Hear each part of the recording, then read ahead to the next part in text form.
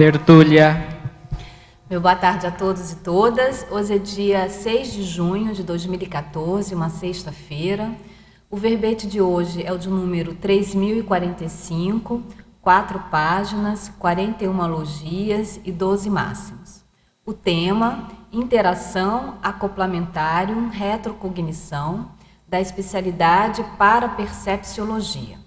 A autora do verbete, nossa verbetógrafa já veterana, professora Lilian Zolê. A professora Lilian é graduada em psicologia, pós-graduada em saúde pública. Ela é voluntária da Conscienciologia desde 2000, docente desde 2004. Ela é organizadora dos livros Acoplamentário, Primeira Década, e do Manual do Acoplamentário, tenepsista desde julho de 2006, e integrou recentemente o Conselho de EPICONs da CCCI, está na condição de EPICON desde abril de 2014. É isso, Lili? Então, vamos lá. A interação, acoplamentário, retrocognição é influência mútua ou ação recíproca evolutiva entre o desenvolvimento parapsíquico interassistencial da Consim, através da técnica do acoplamento energético, com o uso repetido do laboratório Acoplamentário e o fenômeno da retrocognição. O holopensene pessoal da seriexologia, o mater pensene da retrocognição. O acoplamentário sendo o primeiro laboratório grupal de experimentos parapsíquicos do planeta. O laboratório propiciando a ampliação da memória pessoal, a qualificação dos atributos mentais, favorecendo a vivência da retrocognição. O acoplamentário temático de retrocognição. O laboratório proporcionando o striptease consciencial, potencializando as autorretrocognições saudáveis. A agudização do juízo crítico dos participantes perante os parafenômenos. A conexão lúcida e indubitável com os amparadores do acoplamentário, catalisando a holomemória. As extrapolações parapsíquicas, as inspirações extrafísicas, o auto e o heterodesassédio proporcionado pelo acoplamentário, otimizando o desenvolvimento dos parafenômenos. O descortínio da seriex pessoal, favorecendo o resgate extrafísico de consciências afinizadas. Da remissiologia, dos 15 itens, nós destacamos a autocomprovação parapsíquica, a autorretrocognição, autorrevezamento multiexistencial, detalhamento retrocognitivo e subjetividade objetiva parapsíquica. A interação acoplamentário-retrocognição impulsiona novas ocorrências parapsíquicas, otimizando a recuperação das lembranças intermissivas propulsoras da autoevolução. Você já refletiu sobre a interação acoplamentário-retrocognição? Quais os proveitos evolutivos advindos das experiências nesse laboratório, visando a autorretrocognição? O item bibliografia específica apresenta 2 referências. Vamos passar agora aqui para a mega-análise da equipe, de mega-análise da Enciclosapiens, que é composta pelas professoras Marilene Raganin, Pilar Alegre e Socorro Frazão. Autoparapsiquismo, autocientificidade, holomemória, paragenética, retrosenha, heterorretrocognição, autorretrocognição, autopesquizofilia, acoplamento, cosmoética, sociofilia, energosfera, clarividência, parafenomenologia, interassistenciologia, parapercepciologia, retrocogniciologia, experimentologia, intermissiologia, seriexologia e proexologia. Lilian, antes da gente passar a palavra, posso fazer aqui um serviço de utilidade pública, que nesse mês de junho tem várias atividades, a gente gostaria de passar aqui para os tertulianos e para os teletertulianos algumas opções. Bom, amanhã, sábado, dia 7, a pré-IC Cosmoeticons, que é a Associação Internacional de Cosmoeticologia, vai oferecer uma atividade gratuita chamada Vídeo Cosmoeticograma.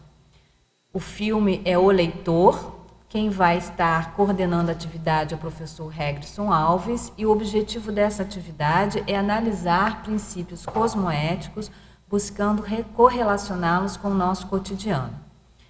Então, amanhã, sábado, de 15 às 17 horas, aqui no CAEC, na sala 3, no pavilhão parapedagógico do CAEC. Também amanhã começa o curso Energometria, identifique seu perfil parapsíquico, com o professor Mário Oliveira, oferecido pela CIP.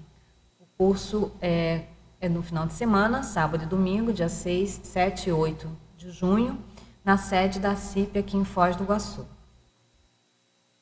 No dia 10 de junho, os professores João Aurélio e Kátia Aracaki apresentam uma atividade chamada Agenda Autodesassediadora na Prática. Ocorre aqui no CAEC, no dia 10 de junho, das 15 às 18h30, e o objetivo é falar sobre agenda personalizada, critério no agendamento de compromissos, resoluções prioritárias, interação, temperamento, produtividade. Realizam essa atividade em parceria o CAEC e a Intercons, Intercâmbio Conscienciológico Internacional. E ainda no mês de junho, nos dias 20, 21 e 22, acontece aqui no CAEC, em parceria com a pré-IC da TENEPS, o curso Tenepsiologia, Teoria e Prática da TENEPS. Então, mês de junho, mês de início da Copa do Mundo, mas também repleto de possibilidades, não são essas, mas outras possibilidades a nível de investimento intraconsciencial, não é isso? Lilian, fala com a gente, o que te levou a escrever esse verbete, além da sua vasta experiência no acoplamentário? Qual foi a motivação para você enfocar esse tema específico, correlacionando o acoplamentário com a retrocognição?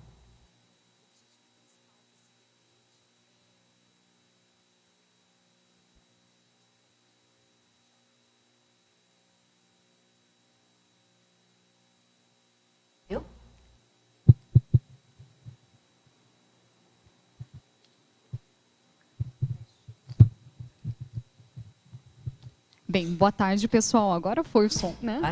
Acontece. O objetivo principal é evidenciar a gama de fenômenos parapsíquicos que qualquer pessoa, pesquisador, pode se deparar ou pode ser desenvolvido através do laboratório acoplamentário. E com isso também mostrar a importância desse laboratório dentro do desenvolvimento intraconsciencial de cada um de nós. Então, esse eu vejo que é o principal, que eu gostaria bastante de enfatizar nessas séries de verbetes, né, de interação acoplamentário e alguns fenômenos parapsíquicos. Muito bom. Então, vamos já aqui a algumas perguntas. Na estrangeirismologia, Lilian, na última linha, como funciona o modus vivendi da autorretrocognição? Nesse caso, eu abordei no verbete no sentido de a pessoa, o modo dela vivenciar, a maneira dela vivenciar esse fenômeno da retrocognição. Então, seria como que ela utiliza essa ferramenta parapsíquica, a maneira que ela reage, essas reações podem ser emocionais, comportamentais, pensênicas e assim por diante. Então, o modo que ela vive o fenômeno em si, que no caso é a retrocognição. E que pode ser positivo, pode ser negativo e assim por diante, né? Como que ela aproveita, né? Que tipo de aproveitamento ela tem? Isso mesmo, né? Perfeito. Do ponto de vista de, inclusive, reciclagens, não é isso? Muito bem. Na pensenologia, você pode falar mais sobre o mater pensene da retrocognição?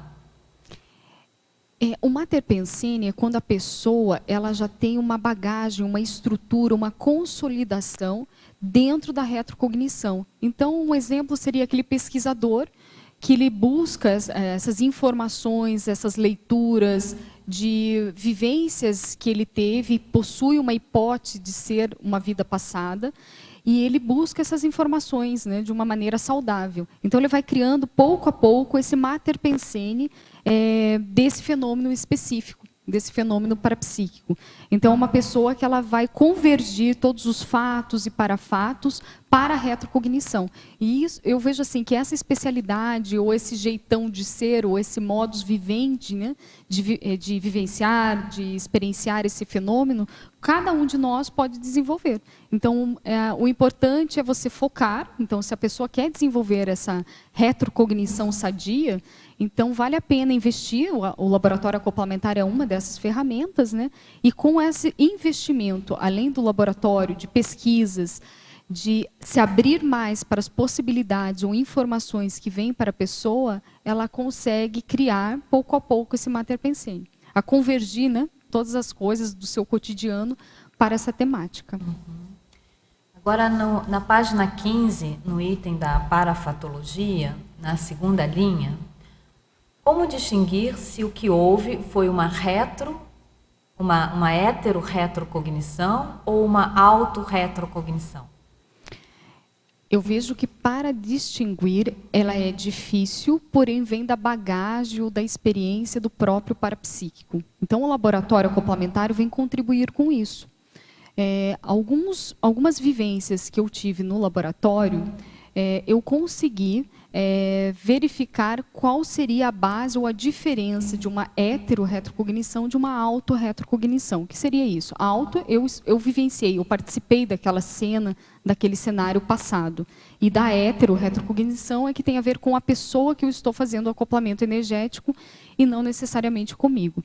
Então, dentro do meu conhecimento, do que eu vivenciei, quando é auto-retrocognição, fica muito evidente, é uma coisa muito visceral para a pessoa. Ela sabe que naquele momento, o episódio que veio para ela, de clarividência ou de informação parapsíquico, repercute nela de tal maneira que é como se ela vivenciasse naquele período, ela sentisse as emoções daquele período e assim por diante.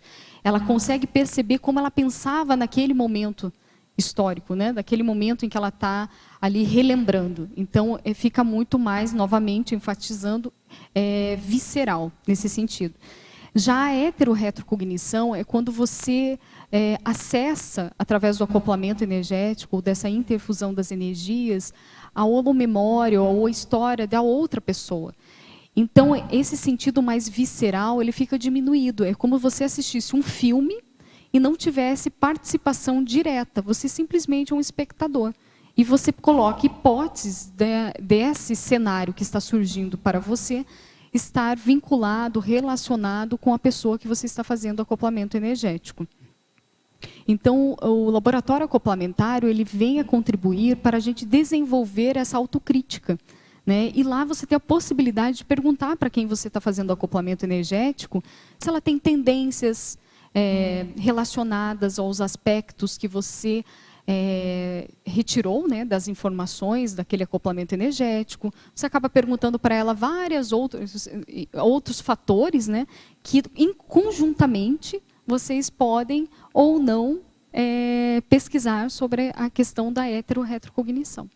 Até mesmo porque, Línia, parece que você, durante o acoplamento com uma outra pessoa, esse acoplamento pode desencadear uma auto-retrocognição em função justamente da afinidade ou do relacionamento ou do nível de, enfim, né, de entrosamento que você teve com aquela pessoa numa vida pretérita. É isso? Você também percebeu isso? Então, eu vejo que isso é um fator otimizador. Quando duas pessoas afins, amigas, colegas, né, então elas realizam esse acoplamento energético, isso facilita muito tanto a interfusão energética quanto a essa questão de bagagens, né, de outras vidas.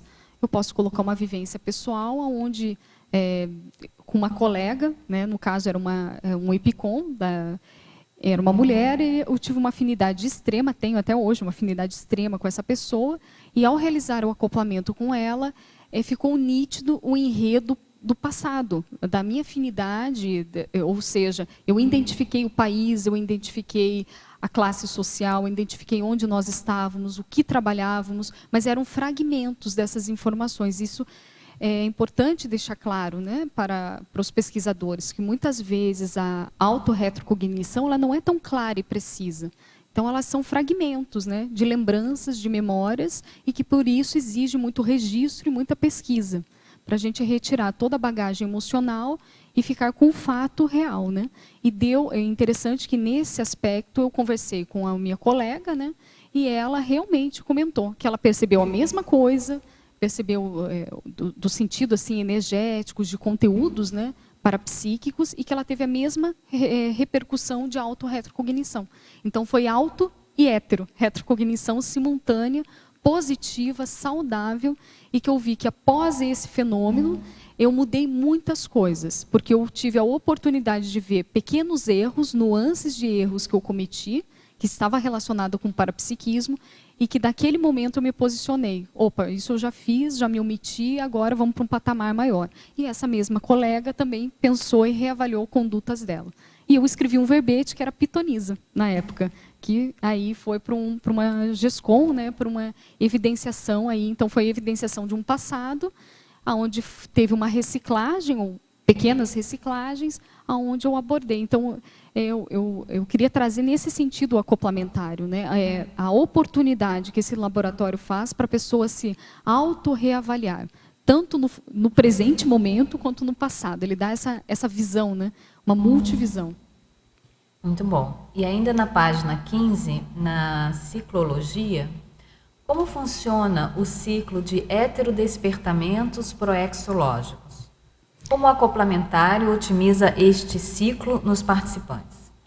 O laboratório ele tende a fazer tanto um autodespertamento quanto um heterodespertamento, no sentido de, quando as pessoas realizam essa interfusão energética, que é o acoplamento, elas estão ali, pouco a pouco, tirando camadas, né? Essa casca de cebola, que eu falo assim, né? Que cada um de nós tem uma casca, né? A gente vai tirando essas cascas e vai se deparando com uma realidade intraconsciencial, né? Com o que nós realmente somos, né?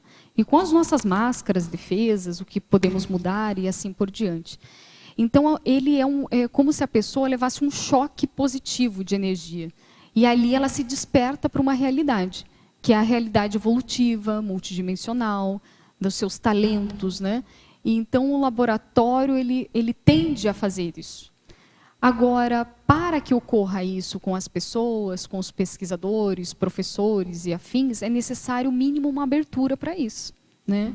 Então, os amparadores desse laboratório, eles promovem, eles fazem um sinergismo energético, catalisam nessas energias para que ocorra esse despertamento da pessoa. Então, o próprio EPICOM, quando trabalha com coadjuntor, né, ele promove esse heterodespertamento e também o auto, né? Então, cada um de nós alinha proexis. O que seria isso? A pessoa repensa a sua especialidade. Quem não tem ainda uma especialidade definida acaba, às vezes, vendo tendências dela ao realizar os acoplamentos energéticos, os fatores motivadores, né? Qual é a gasolina azul dela para se mobilizar nas atividades dela? Quais são as conquistas pessoais que isso fortalece cada vez mais as suas energias, a sua força presencial? Então, o laboratório ele revela a você as suas potencialidades, né? O seu curso intermissivo e as suas competências e assim por diante. Então, eu acho que isso é muito rico dentro dessa questão proexológica. Deixa eu só fazer uns esclarecimentos para os teletertulianos. Há uma diferença de numeração de páginas entre o verbete que foi publicado no site, tá, e o verbete que nós estamos utilizando aqui. Então, vocês aí, teletertulianos, devem ter acessado o verbete que foi publicado no site, começando na página 1, numeração 1, 2, 3, 4. E aqui nós estamos utilizando um verbete que a numeração começa na página 14, tá? Então, eu estou mencionando o número de páginas para você, de acordo com o verbete que nós estamos utilizando aqui no tertuliário, tá? Que inicia-se a numeração com a página 14, mas vocês façam as correspondências aí em casa, tá? Tertulianos, para vocês não ficarem perdidos. Então, vamos agora na página 15, na parafatologia, na sexta linha. Você pode discorrer, Lilian, sobre a clarividência retrocognitiva? É possível ter associado a esse fenômeno também a clareaudiência? Perfeito. Então, a clarividência retrocognitiva é quando a pessoa, né, o parapsíquico, ele acaba adentrando, né, com as suas energias numa... É como se evidenciasse para ele cenários e situações aos moldes de um filme. Então, vamos colocar isso na realidade do acoplamentário. Tem duas pessoas sentadas lá, né, fazendo acoplamento energéticos.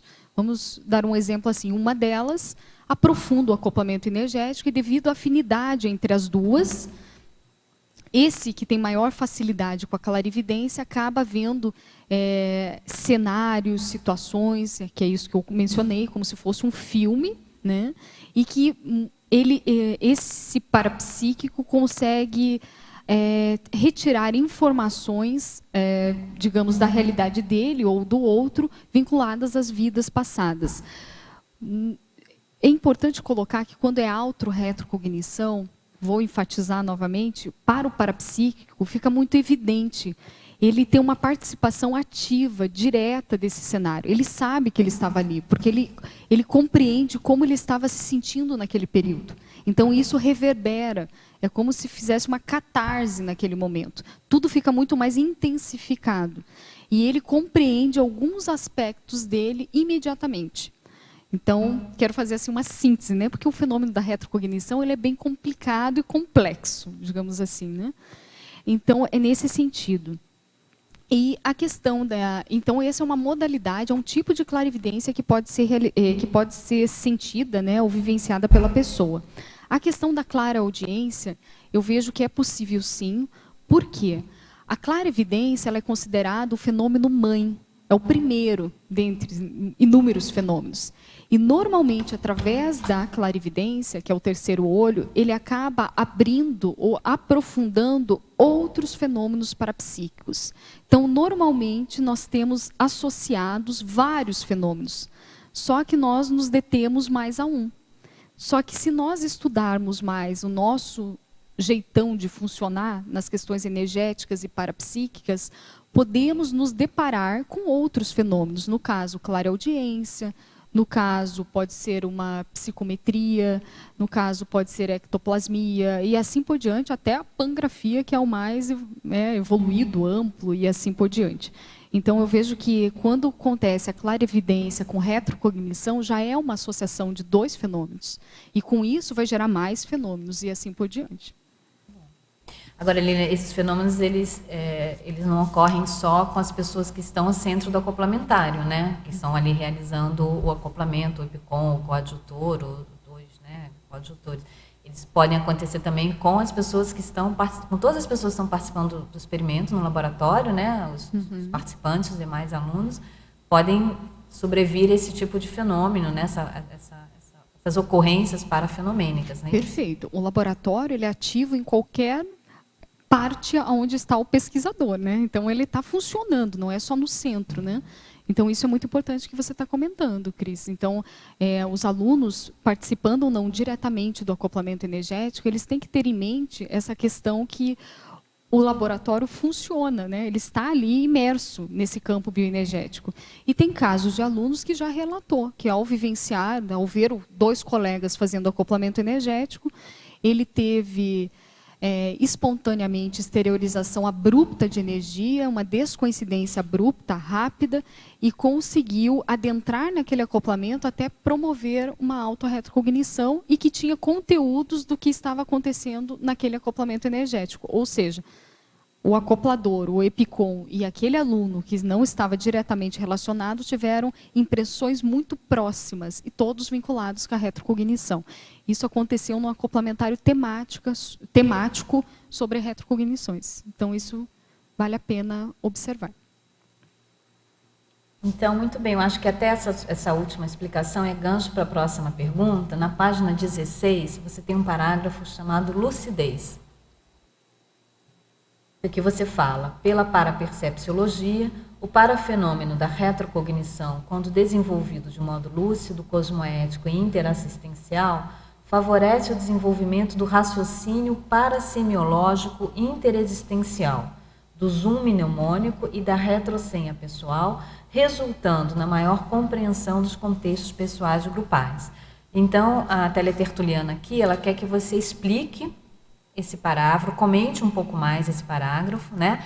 E para que você possa explicar os conceitos do raciocínio parasemiológico existencial, o zoom mnemônico e a retrosenha pessoal. Perfeito. Então, esse raciocínio parasemiológico é quando a pessoa ela fica mais atenta a todos os sinais e sintomas que ocorrem com ela. Então, toda a informação que chega para nós, né, no caso, nós temos reações com essa informação. Então, essa pessoa que ela está mais atenta, ela começa a verificar possíveis sincronicidades, reações, sinais que acontecem com ela. E com esse conjunto de sinais identificados, é possível ao pesquisador verificar a sua história de vidas passadas. Então, é muito importante conhecer tendências, valores, o seu padrão de pensamento, o seu jeitão de ser. Isso é um raciocínio, correto? Então, você começa com aqui e agora. Como que você funciona agora, nessa vida? Então, você já começa a traçar um mapa de sinais seu. E com isso, ao identificar ou ter um fenômeno de retrocognição, para você, então, aquele pesquisador de Juno, né, que tem ali a autorretrocognição, nuances, fragmentos disso, ele consegue, se ele quiser, fazer essa associação do fenômeno que ele teve, as reações que aquilo alavancou, com esses sinais e sintomas dessa vida. E com isso ele vai aprofundando e vendo quais as minhas tendências de fato. Uma observação, nós mudamos pouco de uma vida a outra, principalmente questões de temperamento, né? Existe um burilamento, né, de vidas e vidas. Porém, algumas tendências, alguns aspectos são muito intrínsecos, permanecem. Então, vale a pena a gente investigar esse temperamento nosso, essas nuances, traços nossos, para ver, de fato, quando nos depararmos com uma personalidade do passado, a gente pesquisar se realmente a gente foi ou não, e assim por diante, através de questões de temperamento. Então, eu vejo que é o principal. Agora, esse raciocínio, cabe à pessoa ter curiosidade, né? Então, ela ter assim, uma ousadia, né? Ou ter uma abertura de saber como é que eu funciono, como é que é isso. E nós temos hoje ferramentas, cursos que podem otimizar esse processo de pesquisa. Que seria com Syncobaio, os cursos de fundamentos da Conscius, a própria questão de consciencioterapia, os cursos que a Apex promove, que estão vinculados à retrosenha, à retrocognição. Existem alguns pesquisadores hoje dentro da CCCI que estão com uma pesquisa muito mais assim, apurada, atualizada quanto à sua autorretrocognição. Então, nós temos César Cordioli, temos Pedro Fernandes, temos a professora Malu Balona, temos a Juliana Costa, né, que está na África, e eles servem de referência para nós. Então, muitos deles, o professor Valdo deu dicas, né, pediu para traçar 100 traços de hoje, dessa vida, e comparar com a da personalidade, né, que ele teve essa intuição, ou teve o fenômeno de autorretrocognição autocomprobatório para a pessoa, né? Então, vale a pena a gente investir nesse sentido para nós termos esse raciocínio parasemiológico, né? E tem uma neo pré-IC, né, Lilian? A consecutivos, que já está começando a, digamos assim, deslanchar e disponibilizar, né, cursos, estudos, né? Pesquisas, técnicas, cursos relacionados a essa linha, isso, tá? A essa pesquisa. E com todo esse arcabouço que a gente mencionou aqui, né, dessa maneira de raciocinar, ele acaba nos dando um zoom mnemônico. O que seria? Ele amplia a sua visão, a sua memória, a visão de si mesmo, né? Então, nesse sentido. E a retrosenha pessoal é quando a pessoa consegue identificar algo específico seu, específico que tem a ver com o seu passado e seu presente. É algo que a deixa singular e que tem a ver com o mater pensene, com o seu mega trafor, tem a ver com a raiz do temperamento. Então, para a gente ter todos esses atributos, é necessário pesquisa, correto? Aí vem os cursos que eu mencionei antes, né? E a retrosenha, muitas vezes, né, é uma informação. Também podemos colocar nesse sentido que é uma informação que nós deixamos para nós mesmos, numa vida passada. E se por acaso a gente falar, não sei o que é isso, não sei o que eu deixei, a gente pode fazer dessa vida algumas ações, algumas atitudes para criar retrocem para a nossa próxima vida, né? No caso de pesquisas, livros, né? E assim por diante. Onde quando a gente tiver acesso àquela informação, no caso de um livro, aquilo vai desencadear uma memória, uma lembrança imediata para a pessoa sobre algum aspecto. Então, tem essas duas linhas que daria para falar. Existem muitos verbetes do professor Pedro Fernandes sobre o assunto, para quem quiser, ele é o especialista mais nessa área, né? E também do professor Valdo Vieira. Inclusive, eu acho que tanto retrosenha, né, para a semiologia interassistencial, se não posso não estar enganada, mas e zoom mnemônico são títulos de verbetes, né? E com relação à retrosenha pessoal, recentemente o professor Valdo comentou que uma das possibilidades de início de pesquisa sobre essa retrosenha é com relação à onomástica. Então, ele até mencionou a importância de nós estudarmos o significado, por exemplo, do nosso nome, né? Tanto do prenome quanto do sobrenome.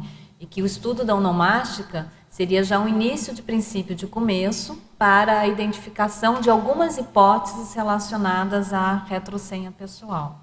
Agora, eu queria fazer uma ligação, ressaltar aqui, Lilian, algo que você colocou no parágrafo seguinte, da página 16, você fala da autocientificidade, né? Então, você estava falando da possibilidade de pesquisa, do número, né, maior, muitas vezes, de variáveis que a pessoa começa a trabalhar, né? E eu queria que você ressaltasse, ou que você falasse mais sobre essa postura autocientífica, tanto no estudo das hipóteses com relação às retrovidas, ou com hipóteses advindas, né, dos fenômenos da retrocognição, como essa postura autocientífica também do participante do acoplamentário, de modo geral. Eu vejo que o grande desafio do laboratório é promover essa autocientificidade. E como que nós fazemos isso? Como equipe, né, de professores e monitores, enfim. A gente tenta ao máximo dar ferramentas para o aluno se interessar pela autopesquisa. Aqueles que já têm isso, essa rotina, esse hábito de autopesquisa, nós oferecemos outros tipos de ferramenta. Então, o que acontece com o laboratório? Como o próprio nome diz, laboratório exige pesquisa. Nós estamos lá num ambiente propício a isso. Então, essas ferramentas são planilhas de autoinvestigação, são maneiras da pessoa relatar um fenômeno que ocorreu com ela no curso. Então, a gente ensina técnicas para que a pessoa aumente a sua acuidade perante ela mesma, perante sua maneira de funcionar, e também pelas vivências que ela tem com os outros, né, com o meio social e assim por diante. Outra questão são os debates. Então, além de você vivenciar em grupo um fenômeno parapsíquico, onde há a oportunidade de cada um se manifestar sobre a sua vivência, né, refutar, concordar e assim por diante, e o grupo entra num consenso do que pode ter sido ou acontecido naquele acoplamento específico, também temos debates mais intensos ou mais profundos na parte da tarde, onde os alunos eles podem sim pesquisar mais sobre o que ocorreu com eles no laboratório. Um exemplo, é muito comum os alunos perceberem alguma personalidade extrafísica, né, no laboratório acoplamentar. Então, um exemplo, uma pessoa viu um estereótipo, uma personalidade muito próxima ao Richer, Charles Richer, no laboratório. E ela não sabe se realmente era o Charles Richer, mas era muito próximo. Aí o que a equipe faz? À tarde, ela vai na internet, busca uma fotografia do Charles Richer, pelo menos 3, uma ele mais novo, uma, né, na adultidade, uma no final da sua vida, e mostra para a pessoa. Aí vários alunos começam a relatar, poxa, mas é o bigode que eu vi, é isso mesmo. Aí começa a ler a história, né, do Charles Richer. Aí outros se manifestam e tudo isso anotado pela equipe, né, antes e depois, né? E com isso eles vão tendo um consenso, eles vão vendo, é possível então que seja essa personalidade, né, ou alguém da sua equipe e assim por diante. Então isso é um incentivo a uma maior crítica, a um aprofundamento, a sair do superficialismo e ir para um aprofundamento maior desse fenômeno parapsíquico, né, nesse sentido. Eu acho que tem muito ainda a ser feito, né, que cada pesquisador que vai lá dá uma ideia, dá uma sugestão e a equipe em si tenta se movimentar ou dinamizar esse processo.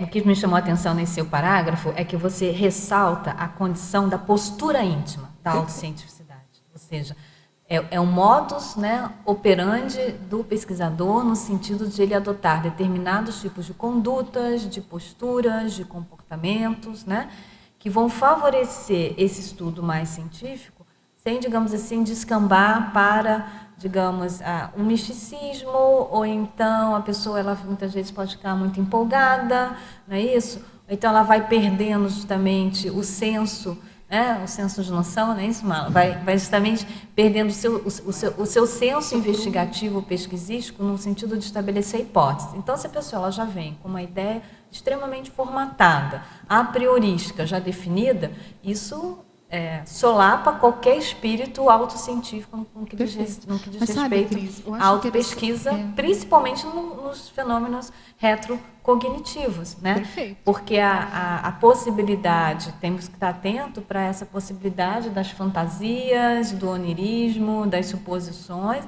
e a pessoa embarca nessa linha e aí descamba por um desvio pesquisístico ao invés de ter uma postura mais técnica, né? E, digamos assim, determinados comportamentos, inclusive intraconscienciais, que vão permitir ela ter mais, inclusive, informações advindas dos amparadores. Porque eu penso que quando a pessoa ela descamba para um lado muito fantasioso ou místico, os amparadores nessas horas falam, é melhor não fornecer mais informações, porque não estamos ajudando, né? Estamos até prejudicando a pessoa, vamos nos afastar um pouco, né?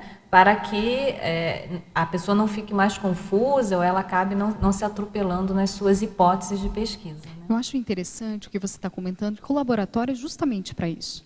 Lá a pessoa tem a liberdade de se expressar, do jeito que ela for, mística ou não, religiosa ou não, ou científica ou não. Eu vejo, o professor Valdo colocou uma teoria, ou explicou o laboratório para mim de um jeito que eu fechei muito bem a minha síntese sobre o laboratório. Essa construção física, ela é um grande laboratório para distorção, para estudar a distorção parapsíquica. Eu falei, caramba, mas o que é isso? Todos nós temos níveis de distorção. Uns mais graves, acentuados, que esse é o caso que você mencionou, aquela pessoa que fantasia, né, que ela é uma poliana, né? E ela se embarca na primeira hipótese que ela levantou do fenômeno parapsíquico e não questiona mais. Essa é uma personalidade. Existem outras. Tem até aqueles que raciocinam muito sobre o fenômeno e não chegam a conclusão nenhuma. E aí acabam não vendo a bagagem do conteúdo que é o principal do fenômeno parapsíquico. Então, eu vejo assim, o laboratório é para isso. Então, as pessoas, eu acho que tem que estimular, sim, elas falar, não repreender se por acaso tiver algum tipo de distorção, mas esclarecer. Isso é bacana demais. Então, o laboratório, através dessas planilhas que foi colocada, o Flávio Bononato fez várias ferramentas riquíssimas, e que eu vejo assim que pouco a pouco, Cris, a gente vai colocando, inserido por aqueles diferentes tipos de perfis de pesquisadores, alunos, a gente vai dando ferramentas, talvez no primeiro curso eles não acessem isso, que é isso que eu vejo bastante. A pessoa ignora a ferramenta, ela quer mais estar lá no laboratório fazendo acoplamento. Já o mais veterano e que caiu a ficha, completou a ligação e já está fazendo outras ligações, ele usa aquela ferramenta com a mesma intensidade que ele vai no laboratório fazer o acoplamento energético. Ele se dedica realmente, naquele momento de autopesquisa, a fazer reflexão. Por quê? Porque ele já tem uma base mais de cientificidade, de autocientificidade. E eu vejo assim que pouco a pouco a gente vai criando essa rotina, esse hábito, né? Como qualquer outro hábito da nossa vida, né? E outra coisa, o debate é fundamental. É que nem um tertuliário, né? Um grande debatódromo, né? Então eu vejo assim, proporcionar que as pessoas falem sobre o que elas pensam, o que elas sentem, faz com que nos dá a oportunidade, a todos nós, né? a corrigir percepções ou parapercepções equivocadas. Né? Então, eu acho que essa postura que você acabou de falar, que é a pessoa estar aberta para as correções das suas autoposturas, dos seus raciocínios equivocados, que no meu modo de ver faz parte dessa postura íntima da autocientificidade. E uma outra coisa que você mencionou muito importante é o número de experimentos que a pessoa faz, ou seja, os benefícios, né, e o incremento com relação a essa própria postura da autocientificidade, quanto o incremento para o psiquismo, como o entendimento do que seja realmente o laboratório, quando o experimentador, o participante, ele se dedica a uma série de experimentos, muitas vezes até sucessivos, ou né, em série, que são muito bons, para que aí sim ele possa aproveitar mais, né, as experiências ali, vivenciadas. Porque às vezes com um experimento só você tem dados, né, que nem andar de bicicleta, valiosos, mas ainda são restritos. Né? Então o ideal todo desenvolvimento requer o quê? Primeiro, prioridade da pessoa, né, para aquilo que ela quer desenvolver, e existe um continuismo. Isso. Então, o laboratório acoplamentário, uma vez você realizando ele, claro, vai te dar bagagens, conteúdos de pesquisa. Mas para você se qualificar naquilo e desenvolver, acima de tudo, né, primeiro desenvolver e depois qualificar, é necessário fazer vários e frequentes. Porque para a gente criar rotinas e mudar comportamentos e pensamentos que não estão corretos, né, é necessário você ter mais assim regularidade nesses exercícios, né? É só com isso, eu vejo, né, ao meu ver, que é só desse modo, dessa maneira que a pessoa consegue reajustar. Então, há pessoas que fazem um por ano. Há uma mudança, gente, até não falando somente de parapsiquismo, há mudanças grandes em nós, na nossa gama de traços, de personalidades, né, do nosso jeitão de ser em um ano. Então, se você quer realmente investir no parapsiquismo, é fazer mais frequente. Então, eu tenho aqui do lado, né, a pesquisadora Malo, que ela fez mais de 40, é isso, Malo? Eu fiz uma meta de 40 complementares, porque sem repetição não há padrão. Você só identifica padrões se tiver ocorrência, se for recorrente. Se não for recorrente, não tem padrão. Tem chute, a gente vai falar, naquele dia eu senti isso, naquele outro dia, um ano depois, eu tive aquilo. Se você faz um experimento de um fenômeno consecutivo e recorrente, a recorrência traz padrão. Padrão traz definição, você define o que aconteceu. Então, eu vejo também essa questão do temperamento. Para aproveitar o acoplamentário, Lilian, eu vejo que a pessoa tem que ter um temperamento parcimonioso em relação à questão parapsíquica, parcimonioso de comedimento, uma postura íntima de tranquilidade. Nem vai cortar o fenômeno, nem vai podar as percepções, como aquelas pessoas. Eu acho que eu vi isso, mas podia ser aquilo, podia ser aquilo. A pessoa já está justificando uma coisa que ela nem analisou ainda. Ela nem avaliou, ela já está depreciando a própria experiência. Então, temperamentos depreciativos, autodepreciativos, não aproveitam o acoplamentário. Eu vejo aqui um fator que eu até anotei das coisas que eu fui me lembrando enquanto você discorria sobre o tema, a questão da recuperação de cons. Retrocognição é recuperação de cons. Então, a recuperação de cons é isso. É você voltar, a memória voltar para você. Então, você recupera tanto os cons de curso intermissivo, quanto você recupera de suas outras vidas. A retrocognição é uma mega recuperação de cons. E eu vejo também um fator importantíssimo, a sua parelencologia dentro do acoplamentário. As suas para-amizades raríssimas dentro do acoplamentário. Aparece uma consciência para você, que é uma pessoa muito querida, de outras vidas, você não encontrou nessa vida, mas aquilo sobrepõe a qualquer tipo de afetividade que você já possa ter sentido. Porque aquilo é algo que vai muito além da vida atual. Talvez dê os prenúncios da transafetividade. Com essas consciências para amizades raríssimas que você tem, que te acompanham de muitas vidas. Então, a parelencologia, ela desencadeia uma fieira de experiências retrocognitivas. Porque você vai para casa com aquela lembrança afetiva. Então, está vincada na memória da pessoa a afetividade. E os amparadores são generosos em relação a isso. Eles aparecem, se fazem reconhecer, te envolvem na energia deles, e você tem aquela lembrança super agradável, super positiva. Um outro fator que eu vejo de proveito e benefício é a questão da sua especialidade assistencial. Aquele curso define a sua especialidade assistencial. Então, lá eu mapeei uma série de fatores para mim, de heteroscopia, de doação de neuroectoplasma, de desbloqueio cortical em CONSIM, CONSIEX. Quer dizer, só a repetição do experimento me deu, como qualquer pessoa que está em formação, em assistência, aquele jogo de cintura. Então, eu vejo que tem um aspecto parapedagógico, terapêutico dentro. Lá é um hospital também que trata as pessoas e, ao mesmo tempo, faz a reeducação através da parapedagogia. Então, é tudo junto, no mesmo bojo, no mesmo tipo de experimento. Olha a riqueza que esse trabalho tem. Bom, Lilian, na página 14 agora, em Fatologia, na segunda linha, a Téria Tertuliana pede para você falar mais sobre a sua experiência no laboratório, propiciando a ampliação da memória pessoal. A experiência que eu tenho, a primeira, a questão de autodesassédio, que o laboratório promove em todos os pesquisadores. Ou seja, a limpeza dos chakras encefálicos, isso facilita um raciocínio mais leve, uma visão melhor de si mesmo, do outro e do mundo. Então, o primeiro passo, eu acho que é essa questão do autodesassédio. Depois, a pessoa ela consegue, é como se injetasse oxigênio nela. Né? Então, ela saiu do autoassédio, que seja por milésimos de segundo, ou que seja nos 3 dias de curso, mas isso vai favorecer o quê? A evidenciação da sua realidade. Ela consegue pensar melhor, né? A ficar mais franca com ela mesma. Então, ela desce do salto alto e começa a ver uma outra perspectiva.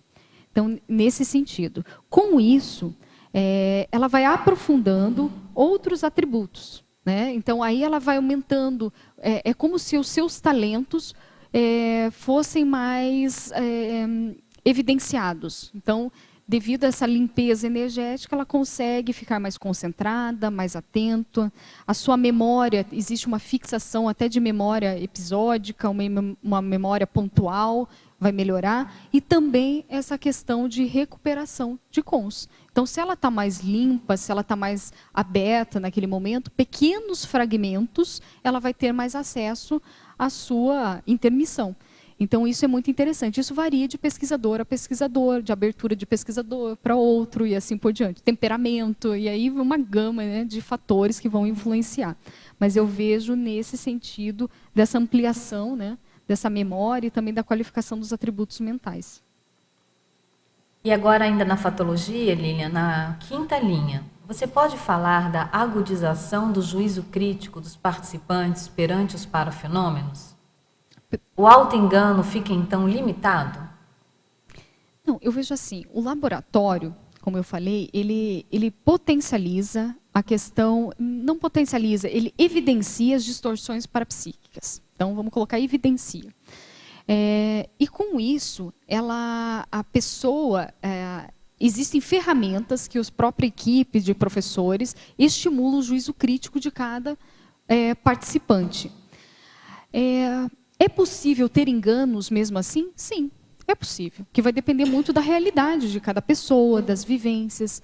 Não se pode afirmar nada de experiência que outra pessoa teve. A própria pessoa, ela tem que ver o que ocorreu com ela. Então, eu como professora, se eu não realizei um acoplamento, ou se eu não participei diretamente, é muito difícil falar se foi verídico ou não o fenômeno parapsíquico de tal pessoa, né? Em alguns casos, até quando tem amparo, você tem alguns sinais, sinalética, ainda é possível criar algumas hipóteses. Porém, o estímulo da autopesquisa, da autocrítica é fundamental devido a isso. Então, enganos é possível, e a gente trabalha com isso. Por isso que a gente trabalha com hipóteses. Isso é fundamental dentro da questão da cientificidade, né? Então, a pessoa... E ela só ganha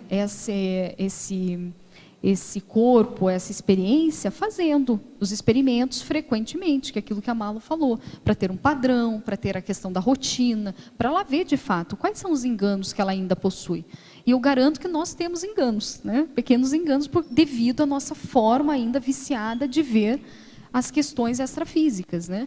Então, é muito difícil a gente absorver um conteúdo pleno de um fenômeno parapsíquico. A gente sempre enxerga fragmentos desse fenômeno, né? E isso depende muito da bagagem de conhecimento, da erudição da pessoa, do envolvimento e assim por diante. Então, a gente tem que ficar atento às lacunas que nós temos, né? E, para isso, a autopesquisa ela é fundamental. Lilian, um fator que pode ser também acrescentado aí na sua fala é que, quando às vezes um participante relata um fenômeno, a gente tem a repercussão do para-banho confirmatório, do lado de cá. O outro também tem, aquele lá tem. Ele fala, na hora que ela falou, eu tive um banho de energia. E acaba confirmando positivamente, a partir da própria pessoa, a experiência de outra pessoa. Então, existem certos sinais que, com o passar do tempo, que são muito claros, e você confia plenamente na sua sinalética, que a gente vai adquirindo, e que eles são os confirmatórios que a gente tem aí a cada minuto dos fatos extrafísicos. Você fala o nome de uma pessoa, eu tenho uma repercussão do lado de cá, falo, me deu uma repercussão, eu vou investir, eu vou fazer uma pesquisa sobre isso, porque me deu uma repercussão. Agora, sabe, Malu, eu gosto de pontuar que é muito importante a pessoa ter essa experiência. Porque o que eu vejo? Às vezes a pessoa está jejuna ainda, ela não sabe o que é banho energético, ela teve simplesmente alguma coisa parecida que ela acha, que ela supõe que é um banho energético. E vendo o discurso dos mais veteranos, que tem mais facilidade naquele momento, porque ele ralou um monte para ter aqueles sinais, te garanto isso, né?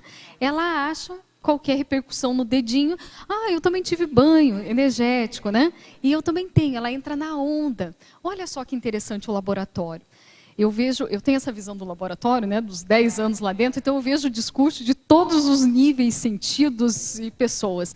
E então eu vejo assim, eu tenho uma certa cautela, um cuidado, né, para ter uma profilaxia nisso.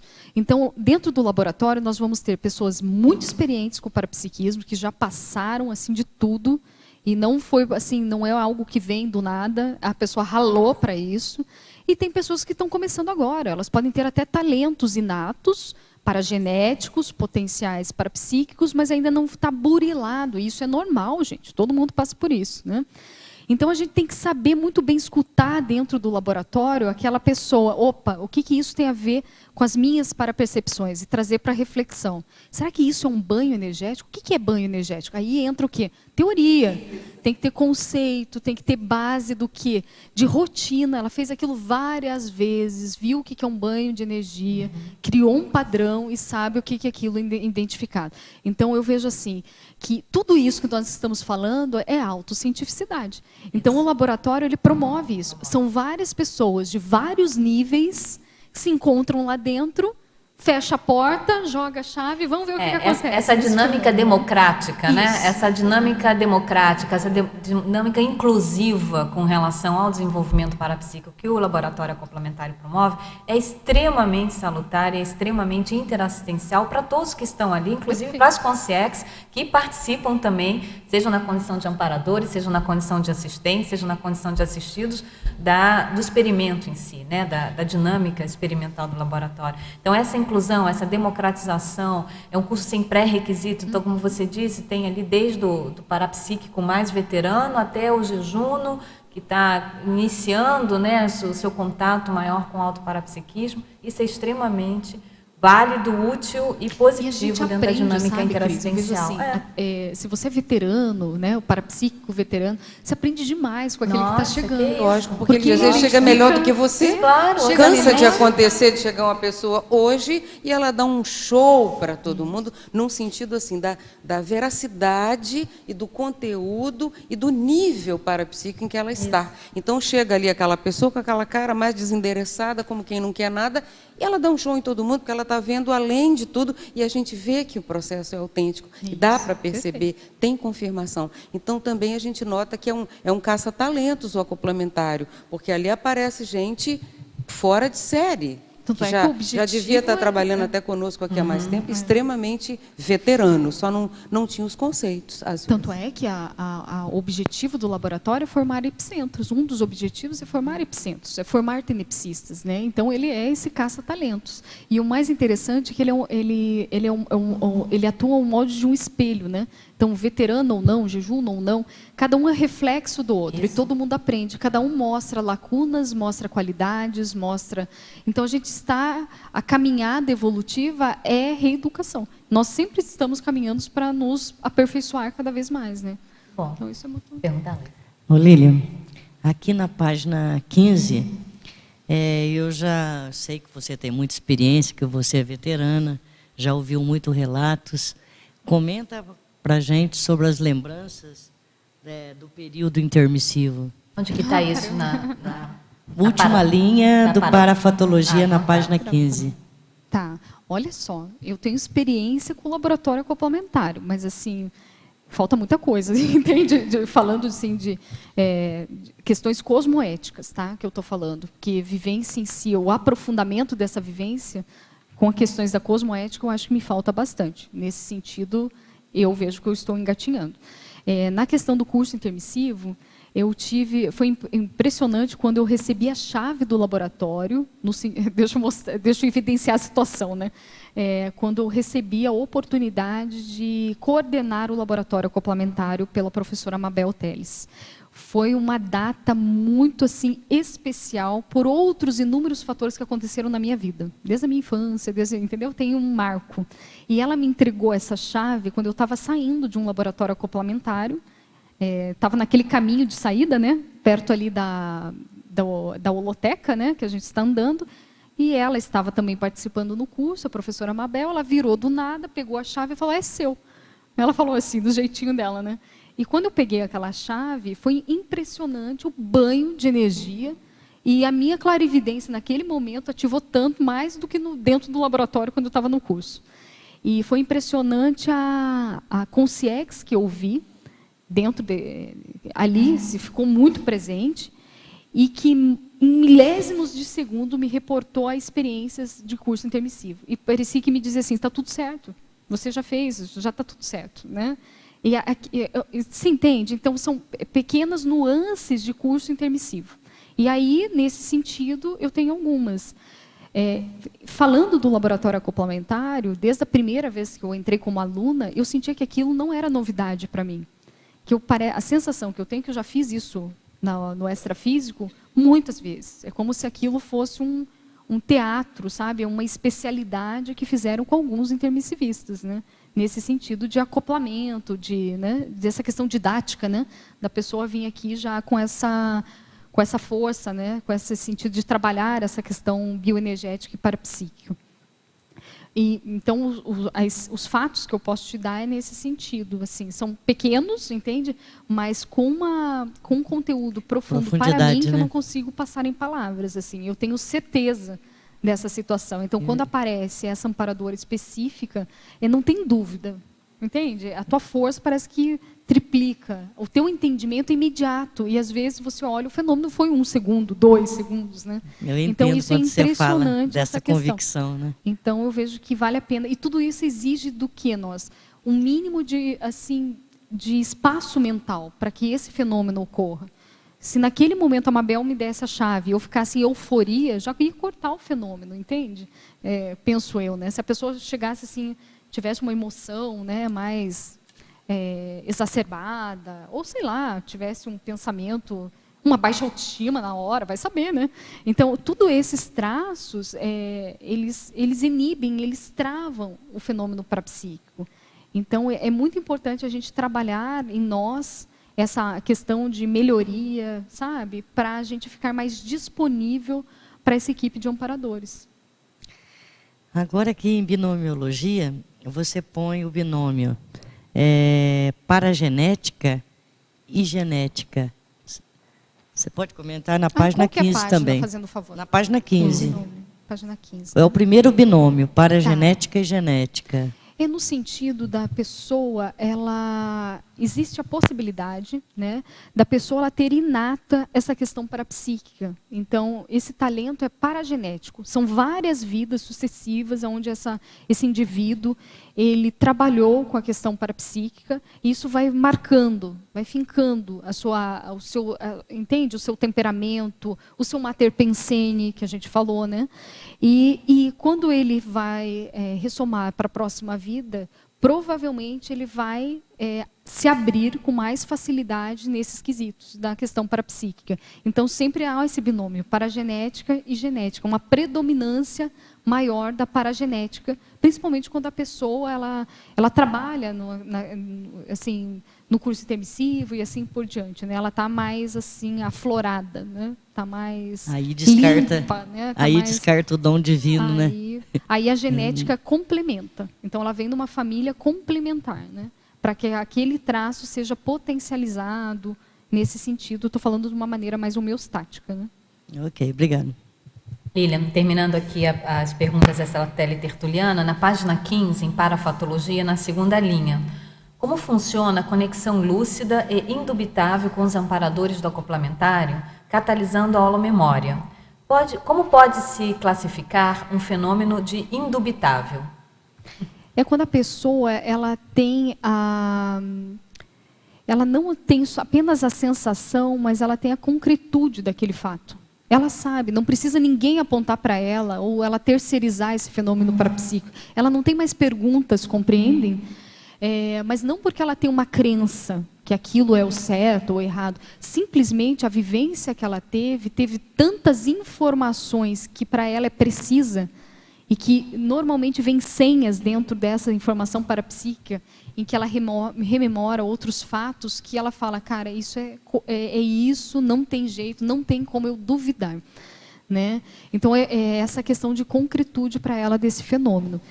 E novamente é muito difícil expressar em palavras. A pessoa ela vivencia isso. Então ela percebe, ela tem essa experiência, né? Agora, é muito diferente daquela pessoa que não questiona, que simplesmente tem um fenômeno por qualquer ou inúmera razão, né? E ela fica por isso, né? Então, quando é essa concretude do fenômeno, tem uma informação muito precisa, muito profunda para ela.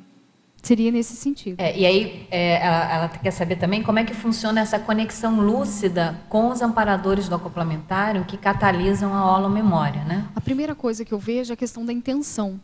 As pessoas que adentram um laboratório acoplamentário com uma intenção mais harmônica, uma intenção mais cosmoética, naturalmente elas vão se conectar com essa equipe de amparadores, seja ela onde estiver ou a função que estiver. Então, eu vejo que essa qualidade da intenção é primordial para essa conexão. E tendo isso de uma maneira franca, eu vejo assim que geralmente propiciam fenômenos para ela. É como se ela adentrasse na equipe, ela vai trabalhar ali, né, junto com a equipe intrafísica, sendo ela aluna, sendo ela epicom, sendo ela professora. Então, eu vejo que é muito essa questão da pensenidade. Como que ela está? Ela entrar ali como assistente, né? Então, nesse sentido, aí favorece uma gama de fenômenos e esse conjunto de fenômenos vai propiciar para a pessoa, para o pesquisador, o acesso à sua holomemória. Nem que seja fragmentos disso, ela vai tendo, como vai ter uma limpeza maior da sua psicosfera, das suas energias, ela vai ter mais liberdade de pegar esses fluxos, essas energias, convergir algumas situações, né, alguns parafatos que estão vinculadas ao seu conjunto de memórias aí de suas vidas sucessivas, né? Muito bem. Deixa eu só terminar aqui, Fabiano, só um minutinho, já te passo a palavra. E na página 15 também, na quinta linha, você pode comentar, na parafatologia, a teletertuliana pede para comentar sobre o descortínio da série X pessoal, favorecendo o resgate extrafísico de consciências afinizadas. Ela pede exemplos. Tá. Então, esse descortínio é quando a pessoa ela já está mais solta com as suas energias, né? E ela tem um certo nível de experiência já relacionada com o parapsiquismo. Então, ela não tem mais preocupação com o que ela foi, com o que ela fez no seu passado. Então, ela está mais solta. Ela sabe que errou na história, né? A história humana tem mais tragédia do que coisas mais evolutivas. Então, ela fica mais liberta de situações. E, com isso, facilita a sua soltura energética, o seu acoplamento energético mais franco, mais profundo. E, com isso, ela consegue propiciar um campo energético, ela epicentra um campo energético onde consciências relacionadas com ela, né, e com o seu colega de acoplamento energético, e até mesmo com os amparadores, tem relação direta com sua vida passada. Então, devido a essa leveza, facilita que essas consciências sejam assistidas. Então, ela vira um resgatador, uma resgatadora, né? Então, ela trabalha novamente, com essa suavidade, com essa leveza, mas não com polianismo, diferente. Ela tem crítica, ela vai perceber alguns desconfortos inerentes do processo parapsíquico, mas ela tem maturidade para trabalhar com isso. Então, cada vez mais, ela vai aumentando a sua tara parapsíquica, né? Sua capacidade de assistir essas consciências sem se influenciar pela doença, né? Pela emoção que aquilo ocasiona devido à sua ligação passada. Ela passa a ser como se fosse um ponto de referência. Ponto de referência. Assistencial, e sabe, de interassistência. Eu gostaria né? de colocar, vem muito essa informação, que cada aluno que entra no acoplamentário, novamente, sendo ele monitor, professor, EPICOM, seja lá o que for, eu vejo assim, é uma chave. Isso. Então, você é uma chave, é um elo de ligação para um grupo específico. Então, às vezes, tem pessoas que acham assim, mas, poxa, eu vou fazer o laboratório mais uma vez, né? É sempre repetido. Eu falo, cara, é uma oportunidade. Ali mostra que a pessoa não está tendo uma visão conjunta ou uma visão maior sobre essa questão multidimensional. O passado está à nossa porta, né? Então, quando você entra ou trabalha com energia e parapsiquismo, retrocognição desmistifica, porque você vira e mexe, você está mexendo, passado, presente, assim vai, presente, passado, e vai indo, né? Então, a gente tem que ter esse dinamismo, essa abertura para promover ou para catalisar. E a importância de cada aluno estar naquele momento, nesses cursos de campo, porque ele está promovendo essa limpeza de grupos aí que ele tem em relação.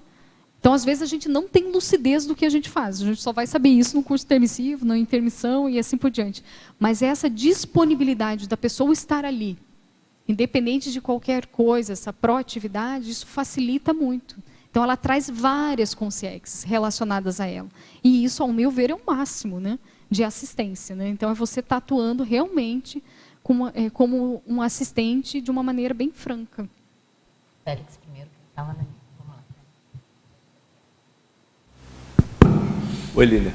Oi. Oi, Félix. É o seguinte, esse acoplamentário já tem uma década.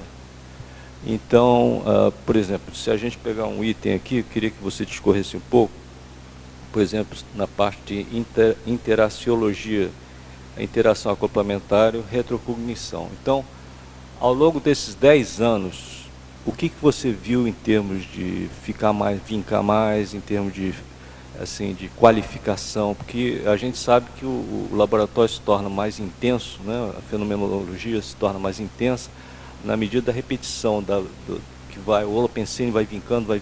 O que você viu nesses 10 anos? Como é que você pode dizer? Mas você está relacionando ao laboratório em si? Não, porque o primeiro laboratório, com certeza, foi diferente do de agora, entendeu? Então, a coisa está crescendo, né? Esse ano são o quê? São mais de 20 laboratórios, não é isso? Isso. Então, imagina, uns 10 anos seguidos, experimento, isso que eu queria ter uma ideia de que você, na tua percepção. Por exemplo, o curso que você está dando hoje, Félix, está começando hoje, acoplamentário, você sabe qual que é o número dele? É o 100º? 147? 147º? Eu já perdi. Então já são 146 experimentos, é isso que você está falando. Depois de 146 experimentos... Porque eu acho que é uma observadora privilegiada, no sentido de que ela está lá desde o início, está vendo o negócio. Não sei se você já fez uma reflexão nesse sentido. Não, agora eu entendi a pergunta. Félix, os primeiros acoplamentários, quando eu participei da equipe, era com o professor Valdo Vieira. Era o único EPICOM. E eu não participava como equipe, eu participei como aluna, mas eu tenho uma experiência. Eu vejo que tudo era mais assim, o professor Valdo, ele tinha que estar muito antes, era uma qualificação da equipe dele. Então, ainda exigia muita questão pessoal das pessoas que trabalhavam na equipe para criar uma harmonia, um campo mais eficaz para assistência. E passou algum tempo assim, ao meu ver, né? Trabalhando mais a equipe, a consolidação da equipe para fomentar o laboratório. Após o meu segundo ou terceiro acoplamentário, eu ficava numa área externa, que antes tinha um auditório da holoteca e eu cuidava de bolsas. Os alunos deixavam ali bolsas e ia para o laboratório. E eu acho muito importante, porque o professor Valdo, ele entrava depois no laboratório. Todo mundo entrava e ele ficava ali, normalmente com os monitores que ficavam cuidando da bolsa. Isso era o máximo, porque ele me contava o curso inteiro, antes de acontecer. Ele falava, não, a Consex X apareceu, o Y está aí. E eu falava, tudo bem. Mas eu via assim, a necessidade de uma concentração maior dele. Ele ficava alguns minutos assim, intensificando as energias longe. E ele falava muito da equipe intrafísica, da consolidação, questões emocionais, sabe, de pacificação. Ele falou, exigia talvez, na minha interpretação dele, essa acalmia, para que a coisa acontecesse do nível que ele esperasse, né? Então, aí foram os primeiros anos. E eu vejo que, então, a preocupação era muito com segurança, coisas assim, nesse quesito, né? Depois eu vi que houve uma soltura maior. Então, nessa parte, eu já tinha entrado na equipe, mas eu ficava no microfone. Também era a área externa. No laboratório, eu não fazia nada. Cuidava só dos microfones. Eu via que houve um trabalho de flexibilização ainda da equipe. Então, muita coisa a gente não entendia, sabe? Eu também não entendi, ninguém entendia do Valdo, sabe? Dessa maneira, do jeito de fazer assistência. Às vezes, a gente era rígido demais ou flexível demais, né? Todo mundo estava aprendendo nesse momento. Então, ali que começou a ser criado novos EPICONs, né? Então, o professor Valdo foi colocando um, foi colocando outro, falou da importância dessa diferenciação, e aí foi crescendo. E com o crescimento das pessoas, o curso foi consolidando. Parece que os amparadores foram modificando, houve uma consolidação maior, né? O primeiro para-coordenador foi o Talmal, então ele dava orientações, era muito mais assim, tinha muito mais ectoplasmia, sabe? Aqueles fenômenos que eu acho que era necessário para o grupo tirar dúvidas sobre o parapsiquismo, que ainda todo mundo estava muito jejuno, né? Então, até a didática do professor Valdo era diferente, que hoje a gente vê. Eu acho que com o burilar disso, a equipe ela foi trabalhando e chegou num ponto em que houve uma maior exploração, assim, uma maior aprofundamento na questão da reflexão. Aí eu vejo que mudou a chave. Antes era mais assim, vamos acalmar os ânimos, vamos ver que existe o fenômeno parapsíquico, que cada um de nós é possível promover isso de uma maneira qualificada. E depois houve a reflexão, que é o período da holoteca, da pessoa buscar livros, e houve uma insistência para criar uma rotina assim. E Félix era difícil. Então as pessoas vira e mexe se dispersavam. Então, elas queriam só vivenciar o fenômeno na parte de autopesquisa. Eu me lembro, fugiam, a gente tinha que procurar os alunos, onde que estava, como é que ia, né? E isso em qualquer ambiente. Tinha pessoas que não queriam dormir aqui dentro do CAEC, porque queriam passear, queriam ir no Paraguai, nunca vou me esquecer. E eles não tinham noção do que acontecia extrafisicamente. Aí, entende? Então, começou a colocar essa autopesquisa para as pessoas, pouco a pouco, perceberem, cara, você é importante. Você está nesse curso, está trabalhando energia, você é uma isca, querendo ou não, está aqui, né? Então, isso foi fazendo um esclarecimento. Aí houve outra etapa desse curso, que houve o aprofundamento na autopesquisa, que foi a formação da escrita, as pessoas a investir mais na escrita, que eu vejo que é um outro patamar. Então, é estimular técnicos, não mais só observadores, assim, nesse sentido, mas formar técnicos na parapercepciologia, né? E assim foi indo. E eu acho que cada vez mais está aumentando. Aumenta o número de EPICONs, aumenta o número de pesquisadores, de equipe, né? E hoje eu vejo que o laboratório já chegou, pelo menos alguns, eu acho que foi ano passado, não me recordo, que a gente já teve acoplamentários não só final de semana, chegou assim, sexta, sábado, domingo um curso, segunda, terça e quarta outro. Então, saiu de um, entrou no outro. E o mecanismo de funcionamento dele é pleno.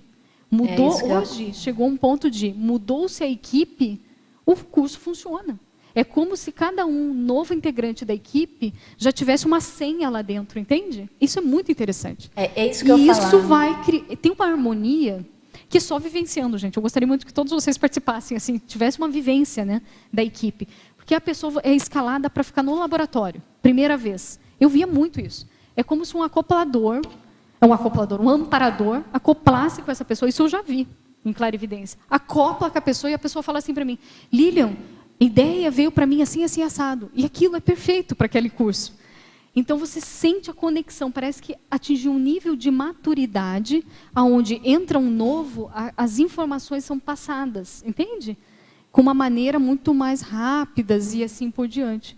mas eu vejo também pela qualidade, né, essa mudança das pessoas e assim por diante. Não sei se é isso, Félix. Eu acho que o incremento, sabe, Félix e Lilian, do número de experimentos no laboratório, né? Eu me lembro uma vez que o professor Valdo falou, o ideal seria que a gente tivesse um acoplamentário toda semana. Que a gente tivesse um curso toda semana. Se a gente pudesse fazer, por exemplo, 7 dias da semana, tivesse experimentos lá dentro. Você lembra disso? Que ele comentava isso, né? Eu acho que a gente está quase chegando, porque o incremento do número de cursos que houve, né? Antes tínhamos um curso por mês. Depois, menos, tinha 9 só tinha cursos. 9 depois cursos, né? Não era 12. Depois isso. A gente pulou de 12 para 24, gente. Foi um salto quântico, né? Dobramos. E hoje são quantos experimentos no ano? São mais de 20? São mais de 20. São mais de 20 experimentos por ano. Então, acho que esse uso mais contínuo, frequente do laboratório, enquanto local de pesquisa, né, o laboratório é para isso, é para fazer experimentos, acho que isso tem incrementado, tem trazido todo esse nível de incremento que a Lilian comentou, né? E, inclusive, o aprofundamento com relação à parafenomenologia, seja do ponto de vista vivencial, autovivencial, seja do ponto de vista pesquisístico. Eu acho que a Lilian já respondeu, que era exatamente isso, que eu acho que... Eu observo que hoje as pessoas estão muito mais se auto-pesquisando, entrando muito mais a fundo dentro de si, quer dizer, não valorizando tanto o fenômeno pelo fenômeno, realmente. Antes, Félix, para você ter uma ideia, a gente tem isso escrito, né? Eu lembro, assim, o grande questionamento dos alunos e da própria equipe que vinha era quanto ao fenômeno em si. Ah, mas não, é a clarividência, eu quero ter um fenômeno concreto, materializado. Hoje as pessoas já não perguntam tanto isso. Elas já buscam uma informação maior da realidade dela, o que ela pode fazer para assistir, compreende? Ela pega aquele fenômeno e consegue vislumbrar de uma outra maneira, né? Então, eu acho isso muito rico. E isso eu acho que é devido aos vários cursos que está tendo, a qualificação da equipe de professores, monitores e também dos alunos que vêm se aprofundando e também essa questão de pesquisa que foi implantada no curso. Eu acho que isso... Desde o primeiro coordenador, que eu peguei todos os coordenadores, assim, né? Desde o primeiro, eles tinham essa ideia, compreende? Eles tinham uma ideia de pesquisa, eles tinham uma ideia de aprofundar, escrever, eu lembro disso. Mas não era a época. Mas é que nem criança, né? Mas assim, o brinquedo novo... Mas sabe, Félix, não era a época, não tinha ainda uma estrutura. Não tinha o Holopensene, não tinha estrutura, não tinha base ainda para se fazer. Então, eu sempre falo assim, os primeiros coordenadores, eles abriram picada. Eles pegaram lá e fizeram o que dava para abrir o caminho, para sentar todo mundo, né? Então, tinha muito isso, o trabalho é entre as pessoas, né? Abriu isso, aí veio o outro, que conseguiu pegar aquela ideia que o outro tinha, mas não conseguiu na época devido a um momento, e colocou mais uma semente. Aí o outro, isso foi muito rico, que foi o temperamento desses coordenadores, esse dinamismo, né? Que também facilitou, né, essa também, questão. Eu acho assim, acho sensacional a metodologia, né? Porque a gente que trabalha lá, a gente não vê a equipe a coisa sai funcionando, está funcionando e simplesmente são assim, ficam anônimos e a coisa rola muito bem. Realmente conseguiram uma especialização para cada um, muito legal. Isso eu vejo que eu tenho assim uma visão, né, que é isso que o laboratório ele ensina a gente a trabalhar em equipe, Félix. Na marra. Em todas as funções, o laboratório é grupal. É. E você consegue trabalhar em equipe, e para trabalhar em equipe você tem que confiar no parceiro, você tem que confiar nele, você tem que ver os talentos do outro e ao mesmo tempo tem que ver os trafares, e nos trafares ter um diálogo aberto, franco, mas assim com respeito, e eu vejo que a equipe funciona assim. Todo mundo cresce. Então todo mundo vai crescendo junto, e não tem isso é muito trabalho ombro a ombro, pelo que eu trabalho, assim, é muito ombro a ombro. Então não tem isso de o Epicom X, ou né, Y, ou a equipe, ou o aluno. Então todo mundo entra num bojo, num ritmo, e todo mundo está ali para, primeiramente, claro, tem a questão da segurança, que a equipe propicia isso, né? Mas ela também mergulha a fundo nesse campo, né? Nessa autopesquisa e assim por diante. Lilian, na tertúlia que você apresentou sobre o acoplamentário GESCOM, dia 20 de maio, sim. Você, lá naquela época eu registrei aqui, você falou da mudança, da troca de perfil do assistido para o assistente. Isso que vocês estavam comentando tem a ver com esse ponto, que eu acho que é um dos mais sérios, essa mudança do assistido para o assistente. Você podia falar mais nesse crescendo? É porque eu vejo quando a pessoa ela está num período da vida dela, num momento mais de jejum, a tendência é ela entrar nesses campos energéticos, não só nos campos, mas nos contextos da vida dela, mas como vítima. Ela tá com um óculos escuro, digamos assim. Eu sempre faço essa analogia, né? Enquanto ela estiver assim, ela vai ficar assistida. Então, ela não se permite ou ela trava suas próprias capacidades, compreende? E em se tratando de parapsiquismo, o que acontece? Travamento parapsíquico, travamento energético. Então, ela sempre vai entrar com a cabeça baixa, ela vai sentar sempre achando que, não, eu sou a pior. As consciências, se ela vê consciências a serem assistidas, ela relaciona, não é comigo, eu que sou o meu pensamento, né? Então, ela não tem essa flexibilidade de conseguir extrair em si mesmo coisas boas. E eu vejo assim, assistente, ele tem que ter em mente o que ele é bom. Mas não por arrogância, narcisismo, não. Ele ser real. O que eu sou bom, eu sou bom. O que eu sou ruim, eu tenho que melhorar. Mas assim, é você entrar com uma leveza nesse sentido. Se for para ser assistido, eu vou assistir. Mas se eu me der a oportunidade de eu ser assistente, eu posso também ser. Então, não ter o receio de trabalhar. Não sei se fica claro isso, mas assim, tem pessoas que têm medo de exteriorizar no laboratório, tem medo de interromper algo, ou tem medo de... É muito receio. E eu vejo que o laboratório ele permite a pessoa vivenciar. É que nem clarividência. Para você saber técnicas melhores para você de clarividência, você tem que testar. Ficar com o olho fechado, ficar com o olho aberto, ficar com o olho entreaberto. Teste.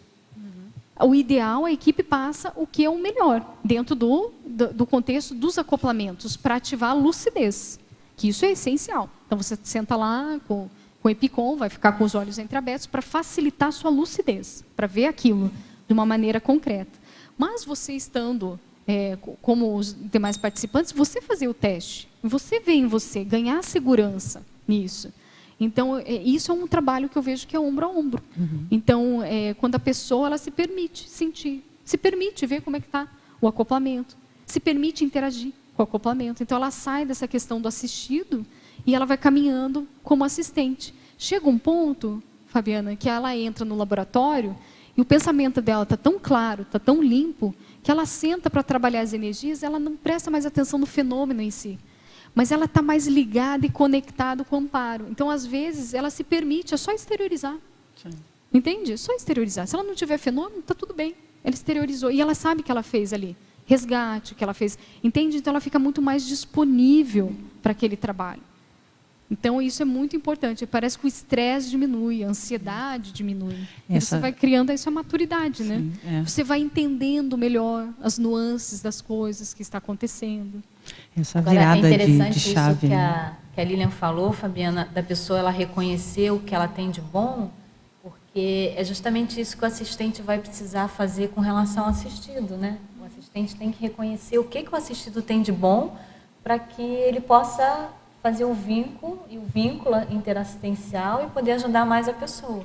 Então, quanto mais você tiver essa visão auto-benigna de si mesmo, na condição de assistente, mais qualificada está a sua assistência com relação às demais consciências. Né? Sem falar que o amparador, eu vejo assim, a chave dele conosco é pelo esse traço. É pelo traço positivo. Não é os amparadores, ele não olha você fica até o último minuto vendo o que tem de positivo na gente para poder ajudar. O amparador ele não vai chegar assim, tadinha, passou por tanta tragédia, eu vou ajudar ele. Não é isso. O amparador, ele vai ver, ela é boa nisso, vamos pegar positivo. Aqui e vamos ir por aí. Né? Ele pega, ele levanta a pessoa nesse sentido, nesse traço, para ela... Gasolina azul, né? Porque ela conhece, ela sabe fazer alguma coisa nesse aspecto. Até a própria pessoa, né, Lilian? Se ela quer desenvolver mais essa postura de assistente, ela tem que olhar para si, não como vítima, né? E começar a puxar o que ela tem de bom e levar Ninguém também. Ninguém doa aquilo que não tem. Essa frase, para mim, é fundamental. Então, eu vejo assim, que se a gente quer ser assistente, tem que olhar para si, é aquele momento, assim, de um egoísmo, né? Tem que olhar a si, ver o que você tem, ter em mente esse mecanismo de como você funciona, ter claro os seus trafares. Isso não, entendeu? Não é pessimismo. Não é realidade. Você tem que ver o que você tem que trabalhar, mas também tem que ter o lado bom. Tem que ver o que é bom, seu sucesso, as suas conquistas. É isso que vai te dar força para executar a tua proexis, para ser líder interassistencial e assim por diante.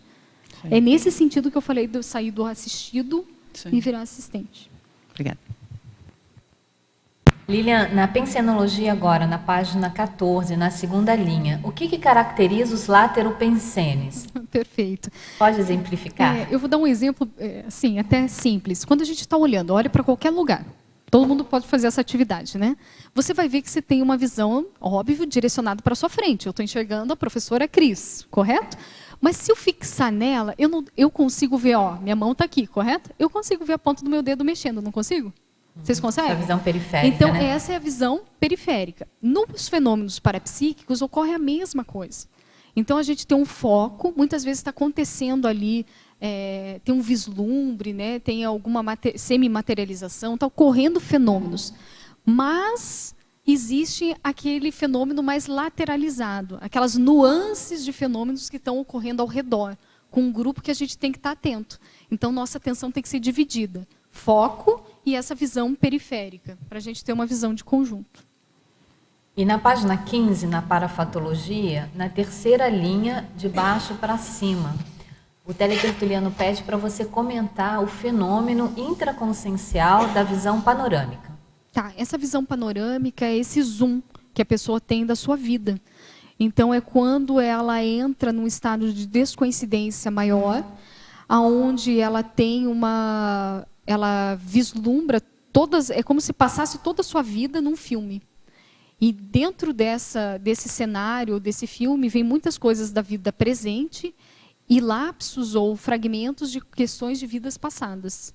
Então, ela tem esse fenômeno, requer uma reflexão, um aprofundamento muito grande.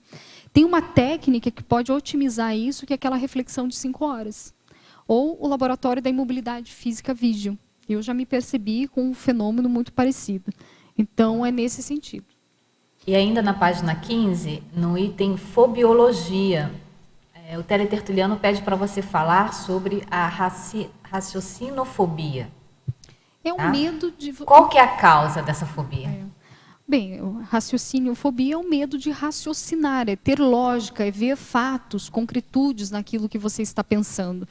Normalmente é aquela pessoa, ela quer fugir, simplesmente, ela não quer se enfrentar ou ver seus erros. Normalmente está vinculado mais aos erros pessoais. Então, ela não quer ver o que ela errou. Ela quer ter um orgulho nisso muito grande, né? Então, tem uma convicção muito arraigada. Então, esse é o medo de raciocinar, de ter lógica naquilo que ela está fazendo, né? Normalmente, essas pessoas são mais emocionais, mais impulsivas. Tem pouca afinidade com momentos de reflexão, né, Lilian? Isso. Porque os momentos de autorreflexão, as autorreflexões nos ajudam muito na qualificação desse raciocínio, né, mais linear, mais lógico, mais retilíneo, Mas sabe, mais Cris, objetivo. gostaria até de pontuar isso. Há pessoas que refletem muito. Tem até momentos do dia para refletir, só que refletem sobre suas próprias convicções e aumentam ainda mais suas convicções, entende? Então, você tem um pensamento, você fala, não, está certo o que eu fiz, olha, por causa disso, por causa disso. É um tipo de reflexão, não é? Mas eu sei que o que a gente está falando é diferente disso. É a pessoa refletir, ver as vantagens e desvantagens, ver convicções que são contrárias às suas, e se há possibilidade dos seus pensamentos não estarem corretos naquele momento, pelo grupo, pelo momento, pelas pessoas, pela sua forma de falar, né? Então, isso é muito importante, porque a técnica da reflexão exige flexibilidade, pensei. Mesmo, é. E abertismo, né? E abertismo. O abertismo é a flexibilidade. Então, se a pessoa tem uma régua interna dela muito rígida, que eu sempre falo isso, né? O negócio, a gente vai ter que puxar e fazer um pensamento elástico. Como é que a gente vai aumentar essa elasticidade, né? Então, é muito importante a pessoa começar a verificar como que ela pensa. E uma técnica, se por acaso você for rígida, que não tem problema algum, tem soluções e técnicas para isso, é fazer o questionamento socrático. O que é essa técnica? Você pensa, se tem uma convicção X que você acha que é correta. Questione você. Fala assim, Lilian, o que me diz que isso está certo, de fato, me prove. Você é advogado de você, entende? Advogado contrário, não é isso, Cris? Você que é especialista. Você vai ser a advogada contrária de você mesma. Opa, que bagunça, mas isso faz bem. Isso exige um raciocínio lógico. Então, você vai colocar... Então, essa técnica das vantagens e desvantagens feitas de uma maneira diferente. Então, sempre pensar, questionar você. Por que eu vou fazer isso? É o momento? Para que eu vou fazer isso? Autoquestionamento, Então, né? isso é muito importante. Continuando aqui na página 16, Lilian, na mitologia. Comenta, por favor, sobre a desmitificação. Desmitificação. Desmitificação. O mito, né? Desmitificação da retrocognição. É você tirar esse caráter pesado, né? Esse mito, né, da retrocognição, é despojar-se, é colocar mais no sentido de todo mundo é possível, todas as pessoas vivenciarem o fenômeno da retrocognição. Para isso existem técnicas, tanto técnicas intraconscienciais, porque uma coisa é certa, trabalhar com o passado é mexer com o porão, né? Então vai levantar poeira, vai vir cheiro ruim, não é isso? E a pessoa tem que ter um certo preparo emocional, até um preparo de pensamento para saber trabalhar com isso. Então, para colocar essa banca do fenômeno retrocognitivo, tem que ter competência, né? Então, é muito importante ela ter essas bases, essas ferramentas mais intraconscienciais para trabalhar com esse fenômeno. Então, é nesse sentido, é despojar-se, todo mundo é possível todos terem esse fenômeno, e existem técnicas para isso. Existe o laboratório da retrocognição, aqui no CAEC. Existem inúmeras outras técnicas que a gente já falou aqui, né? Então, a própria pré-IC, que é da... Consecutivos, né? Existem cursos que fomentam algumas técnicas e assim por diante. E eu acho que nessa condição da desmitificação, você mencionou hoje, aqui no início da tertúlia, a complexidade que o fenômeno retrocognitivo traz, né? Pode dizer que existe uma miríade, vamos dizer assim, de fenômenos relacionados à condição da retrocognição. E o número de variáveis que muitas vezes a pessoa ela começa a lidar quando ela adentra mais nessa pesquisa, ou ela começa a reforçar, como você colocou, a condição do mater pensene da retrocognição. Perfeito. Eu acho que tirar o mito de que a retrocognição é uma terapia de vidas passadas, por exemplo, que são coisas totalmente diferentes, né? Ou seja, você justamente trazer para o lado, pensar na condição tanto da complexidade, do aprofundamento, das repercussões sob o ponto de vista intraconsciencial, né, que isso traz. Não é meramente você ter acesso a informações de quem você foi ou quem, né, você poderia ter sido, né, porque muitos foram Cleópatras, Napoleão e por aí vai, né? E aí cria-se esse mito, ou essa aura, né, toda mítica em torno do fenômeno da retrocognição. Ninguém foi plebeu, né? Todo mundo quer ser cacique. Isso, muito raramente as pessoas foram, né, plebeu ou plebeia. Agora, há sempre várias Cleópatras e vários Napoleões aí na história. Agora, uma coisa interessante dessa complexidade desse fenômeno da retrocognição é a questão da memória emocional. É uma coisa que eu estudo muito. Qualquer coisa que nos atinge emocionalmente, a gravação o arquivo dessa informação, ela é muito mais fincada no nosso cérebro mesmo. Retenção, né? A retenção. Mas pensa bem, existem situações que aconteceu com você, eu vou dar um exemplo assim, da psicologia, mas que a gente vai entender como parapsiquismo e questões de retrocognição. Vamos ver se eu consigo alcançar. Então, tem coisas que acontecem, vamos dar um exemplo. Aconteceu comigo de eu, sei lá, cair da bicicleta quando eu tinha 3 anos de idade. E eu, naquele momento, eu interpretei aquela situação como algo assim horripilante. E eu gravei no meu cérebro isso. Então, hoje, eu com 33 anos, não trabalhei com isso, faz de conta, né? Eu olho a bicicleta, eu tenho pavor de olhar a bicicleta. Eu acho que a bicicleta é a coisa pior que existe no mundo, e que qualquer pessoa que vai andar de bicicleta vai cair, vai ter traumatismo craniano. Ora, esse é o raciocínio, né? Tá vendo a tragédia, né, instalada? Gente, vidas passadas é isso. Então, é o infante olhando sua memória passada, né? Então, aconteceu uma coisa comigo bem interessante de retrocognição, que eu tive uma vivência onde foi um cenário, foi até guerra, posso colocar isso, no histórico, e eu estava lá. E veio a carga emocional muito intensa. E eu comecei a olhar aquelas pessoas, a ver aquelas pessoas, né? Tive uma certa realidade do contexto, e me deu raiva, ódio dessas pessoas. E eu estava certa, eu sabia, né? Veio esses pensamentos. Quando eu estava mais lúcida, né? Saí da descoincidência, eu realmente achava que eu estava correta. Que não, aquela cena aconteceu lá, um cenário YXZ de guerra, e aquilo me trouxe uma emoção e eu estava culpando aquela situação. E aí eu fui refletir mais sobre isso. Aí eu comecei a ver, levei para um laboratório de auto-retrocognição. Eu faço muito isso. Quando eu tenho alguma vivência e eu não consigo trabalhar, eu levo isso para laboratórios, cursos e assim por diante, até eliminar ou esclarecer para mim mesmo tal fenômeno ou tal conteúdo. Nessa autopesquisa, eu comecei a ver meu estado emocional exacerbado, comecei a reavaliar o que eu tive de interpretação do fenômeno e vi que eu interpretei de uma maneira errada. A mesma situação, naquele momento que eu estava calma no laboratório, eu fiz passar as imagens que eu vivenciei, correto? E eu vi que não era tão dramático assim. E que havia possibilidade das pessoas estarem certas. E que naquele momento, naquela vida passada, eu também estava angustiada. Eu estava mais psicossomática, né? Digamos assim. E estava vendo tudo de cor escura. E eu, mais calma, vendo o mesmo cenário, né? Relembrando, eu falei, caramba, é possível. Isso aliviou a carga. Olha só, eu tinha interpretado algo de retrocognição simplesmente para o viés emocional. E quando é o viés emocional, normalmente tem uma lacuna. Então, por isso, desse raciocínio, dessa lógica, né? Então, eu vejo que essa complexidade do fenômeno da retrocognição é a pessoa vivenciar, ela vai ter uma carga emocional, porém ela tem que puxar para a racionalidade. Então, ter esses questionamentos, sabe? É se ver numa terceira pessoa, para você tirar proveitos evolutivos dessa informação. Senão você cai. É como se você assistisse um filme, ficasse emocionado e pronto. Não vai ter mudanças com esse fenômeno, né? E eu acho que a retrocognição ela é proporcionada justamente ao contrário, para a pessoa rever, né, essa postura. A Teletertuliana pergunta aqui, professora Lilian, é possível uma vida anterior, uma mulher, eu, ter sido um homem? Ah, perfeitamente, todos nós, amiga, todos nós. Isso é, a gente já foi homem, já foi mulher e assim sucessivas vidas, né? Então isso é possível. E você consegue verificar isso da sua vida passada ou dessa vida, né? Se você for homem ou mulher na sua vida passada, através das suas tendências. Tem mulher que tem um raciocínio típico de homem, muito mais lógico, né?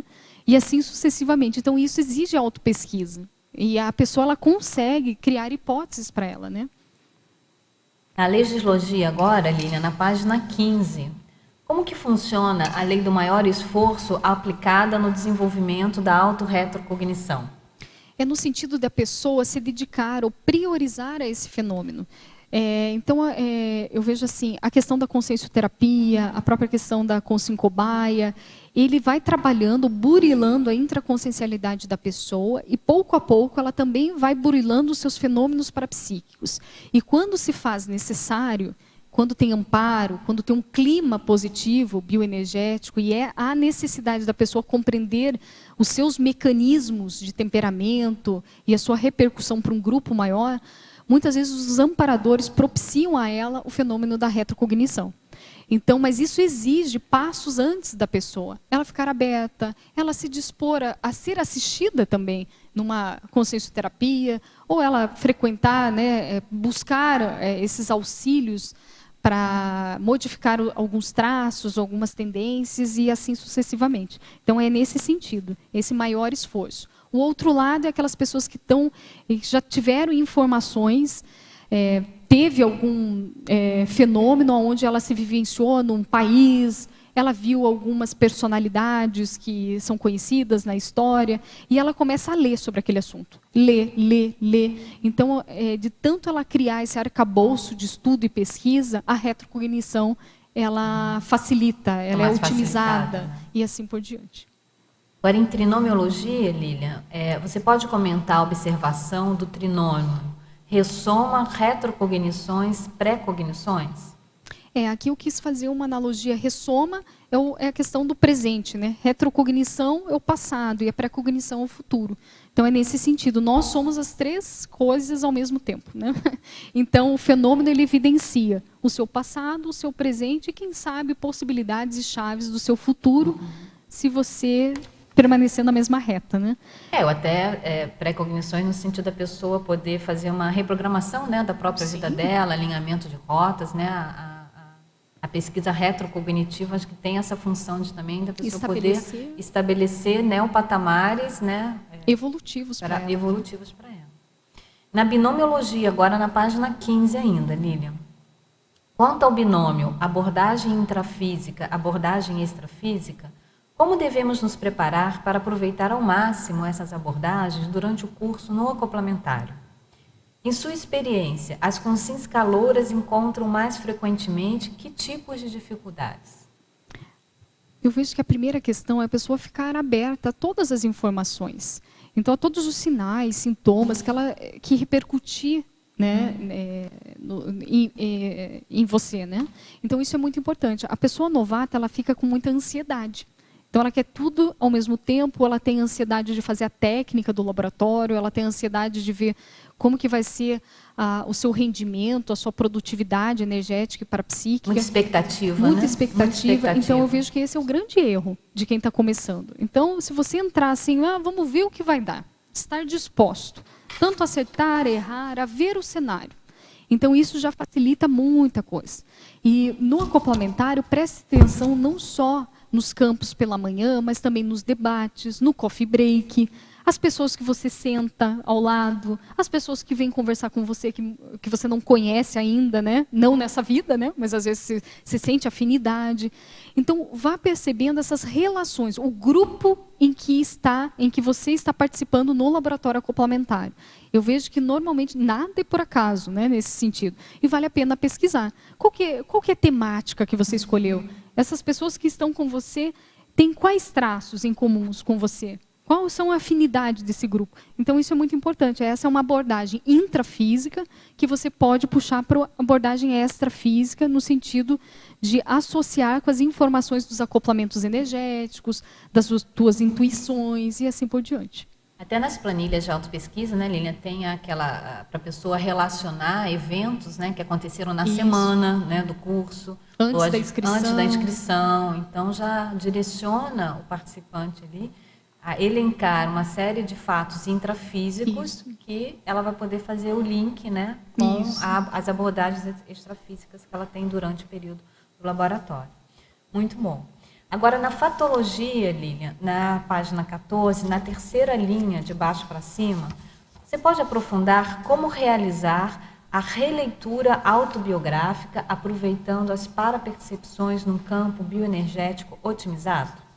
Então, a pessoa que ela conseguiu, né, ter esse fenômeno da autorretrocognição, ela tem essa capacidade de fazer essa releitura autobiográfica. Então, ela possibilita ela. Então, eu vejo também que a todo momento é possível você fazer essa releitura. Então, através das energias, a gente está impregnado de nós mesmos, não é isso? Então, através do acoplamento energético, através da mobilização das energias, a pessoa ela vai vendo, vai se descobrindo traços que ela não sabia, ou que passavam despercebidos, ou também outros traços que ela precisa trabalhar. Então, isso é uma releitura também. Então, as energias, elas trabalham, de novo, com o presente e com o passado, né? Então, a gente é tudo isso junto ao mesmo tempo e dinâmico. Então, a autorretrocognição, na verdade, está a todo momento junto com a gente. A gente tem que ter uma cosmovisão, ter uma cuidade maior nisso. Isso eu vejo assim que o Valdo ensina muita coisa para a gente de técnicas, né? Que ele fica atento a tudo e a todos que estão ao redor dele, né? Para tentar extrair o máximo de informações e trazer para a autopesquisa dele. Então, eu vejo que isso é o máximo. Ele dá um exemplo nesse sentido. E é uma coisa simples que exige acuidade, prioridade e rotina, né? Mas é possível a gente fazer isso. Então, a gente se estudando, muita tendência nossa é tendências do passado. Então, é tudo junto ao mesmo tempo.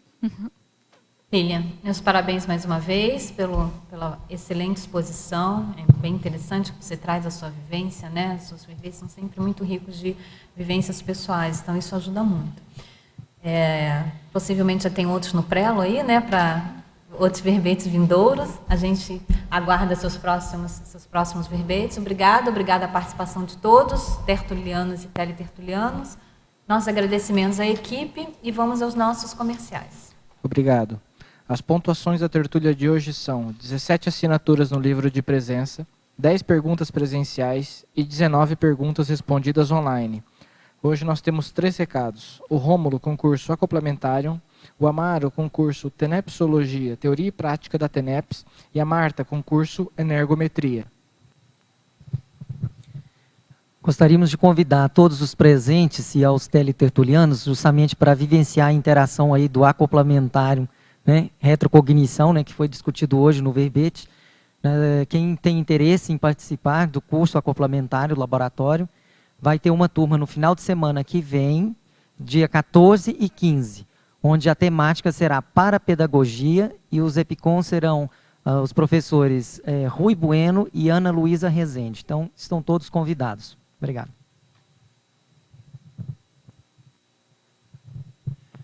Boa tarde a todos os tertulianos. Estamos aqui para divulgar o curso Tenepsologia, Teoria e Prática da TENEPS, que vai ser realizado nos dias 20, 21 e 22, aqui no CAEC.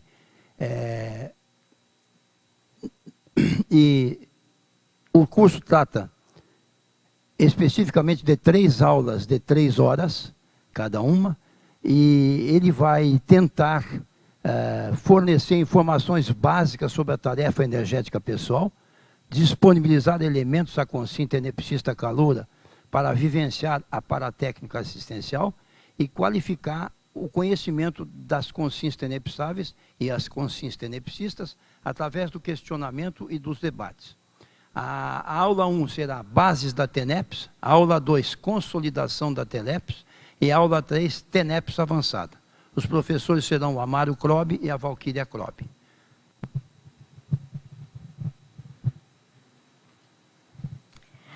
Boa tarde. Dias 7 e 8 de junho, sábado e domingo agora, desse fim de semana, acontecerá o curso Energometria, do professor Mário Oliveira, na sede da CIP. É um curso com práticas energéticas, possibilitando ao aluno identificar o seu perfil parapsíquico. Alguns tópicos principais: força presencial, talentos parapsíquicos, atos antiparapsiquismo e parapsiquismo no cotidiano. Pedimos aos interessados fazer a inscrição com antecipação, pois as vagas são limitadas. Mais informações pelo telefone 45 2102 1421 ou pelo e-mail acip@acip.com. Obrigada.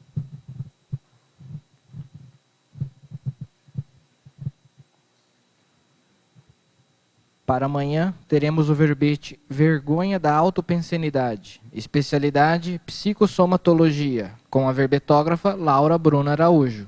Obrigado e boa tarde a todos.